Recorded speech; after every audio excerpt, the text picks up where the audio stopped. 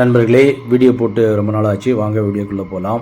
இன்றைக்கி நம்ம எங்கே இருக்கிறோன்னு பார்த்தீங்கன்னா, தூத்துக்குடி மாவட்டம் பாஞ்சாலங்குறிச்சியில் அமைந்துள்ள கட்டபொம்மன் நினைவு கோட்டைக்கு தான் வந்திருக்கிறோம் நண்பர்களே. இது பார்த்திங்கன்னா, இன்றைய பள்ளி மாணவர்கள் எல்லாருமே சுற்றி பார்க்க வேண்டிய ஒரு முக்கியமான பிளேஸு.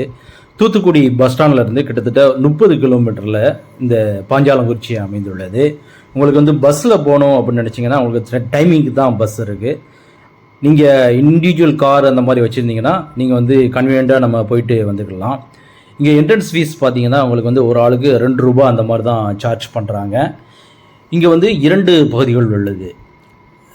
நம்ம தமிழ்நாடு அரசால் கட்டப்பட்ட அந்த மண்டபம், அது மட்டும் இல்லாமல் அகழ்வாராய்ச்சியின் மூலம் கண்டெடுத்த ஏரியா, இந்த 2 பிளேஸ் உள்ளது. இந்த மண்டபம் முன்னாள் முதல்வர் கருணாநிதி அவர்களால் கட்டப்பட்டது.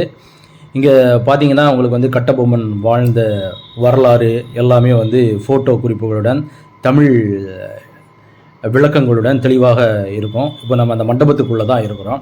அவர் எப்போ அரியணை ஏறினார், அப்புறம் பார்த்திங்கன்னா அவர் இறைபக்தியில் எப்படியாப்பட்ட ஆள், அப்புறம் அது மட்டும் இல்லாமல் பார்த்தீங்கன்னா அவங்களுக்கு அவருக்கு எப்போ கல்யாணம் நடந்தது, வெள்ளைக்காரனுடன் எப்படி போரிட்டார், எப்போது அரியணை ஏறினார், எல்லா விவரங்களும் ஃபோட்டோ குறிப்புகளுடன் தெளிவாக இங்கே விளக்கப்பட்டுள்ளது. இங்கே விளக்கம் பண்ணுவதற்கு ஒரு இன்ஸ்ட்ரக்டர் இருப்பார். அவர் எல்லா தகவல்களையுமே கிளியராக இன்ஃபார்ம் பண்ணுவார். புளிய மரம் வந்து போச்சு, ஜெயலலிதா அப்படின்னு 1,40,00,000 சொல்லி கைத்தாரில் கட்டிக்காங்க. இது முன்னாள் முதலமைச்சர் கலைஞர்கள கட்டினாங்க.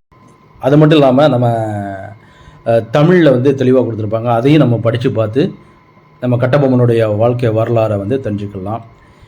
இந்த பாளையக்காரர்கள், இவர் எத்தனாவது பாளையக்காரர், எல்லா டீட்டெயிலுமே இருக்கும். இது வெள்ளைக்காரனோட போரிட்ட விவாதம் பண்ண ஃபோட்டோ, இது எல்லாமே இங்கே இருக்குங்க. கடைசியாக பார்த்தீங்கன்னா அவர் கயத்தாரில் அவர் தூக்கிலிடப்பட்டார். அந்த ஃபோட்டோவும் இந்த மண்டபத்துக்குள்ளே இருக்கும். இது கண்டிப்பாக எல்லாருமே சுற்றி பார்க்க வேண்டிய ஒரு முக்கியமான ஒரு பிளேஸு. இங்கே பார்த்தீங்கன்னா உங்களுக்கு இன்னும் ஏகப்பட்ட ஏரியாஸ் இருக்குங்க, பிளேசஸ். இது இந்த கட்டபொம்மனோட சிலை, ஊமத்துறை, இவங்களோட சிலைகள்லாம் உள்ளே இருக்கும். நல்லா பிரமிப்பாக இருக்கும் பார்க்குறதுக்கு. ஏன்னா அவங்க அந்த காலத்தில் எப்படி போரிட்டார்கள், அது மட்டும் இல்லாமல் அவர்கள் பயன்படுத்திய அந்த கல்லெறி குண்டுகள், இதெல்லாம் நம்ம பார்க்கலாம். அந்த கல்லெறி குண்டுகள் பார்த்திங்கன்னா அவங்களுக்கு ஒவ்வொன்றும் 8 கிலோ இருக்கும். அதை தூக்குறதுக்கே அவ்வளோ சிரமமாக இருக்கும். அதை பார்க்குறதுக்கு ரொம்பவே ஒரு முக்கியமான ஒரு எக்ஸ்பீரியன்ஸாக இருக்கும் எல்லாருக்குமே. நீங்கள் இந்த திருநெல்வேலி, தூத்துக்குடி இங்கே டூர் போகிறதா பிளான் பண்ணியிருந்தீங்கன்னா மறக்காமல் இங்கே நீங்கள் விசிட் பண்ணி பாருங்கள். ஃபேமிலியாக குழந்தைங்களோட கண்டிப்பாக இங்கே பாருங்கள் நண்பர்களே.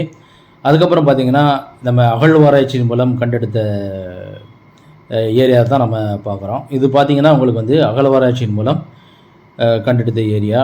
இங்கே பார்த்தீங்கன்னா உங்களுக்கு ஊமைத்துறை, கட்டபொம்மன் வாழ்ந்த இடங்கள், இங்கே தான் வாழ்ந்திருப்பாங்க அப்படின்னு சொல்லிட்டு அவர்களுடைய எச்சங்கள் இங்கே அமைந்துள்ளது. அது மட்டும் இல்லாமல் பார்த்திங்கன்னா அவர்கள் பயன்படுத்திய பொருட்களையும் நம்ம பார்க்கலாம்.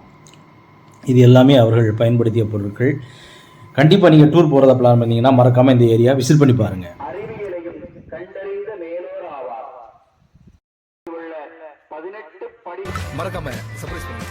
ஆண்கள் மற்றும் பெண்களுக்கான சிறந்த ஆடைகள் பிக் பாஸ் கலெக்ஷன்.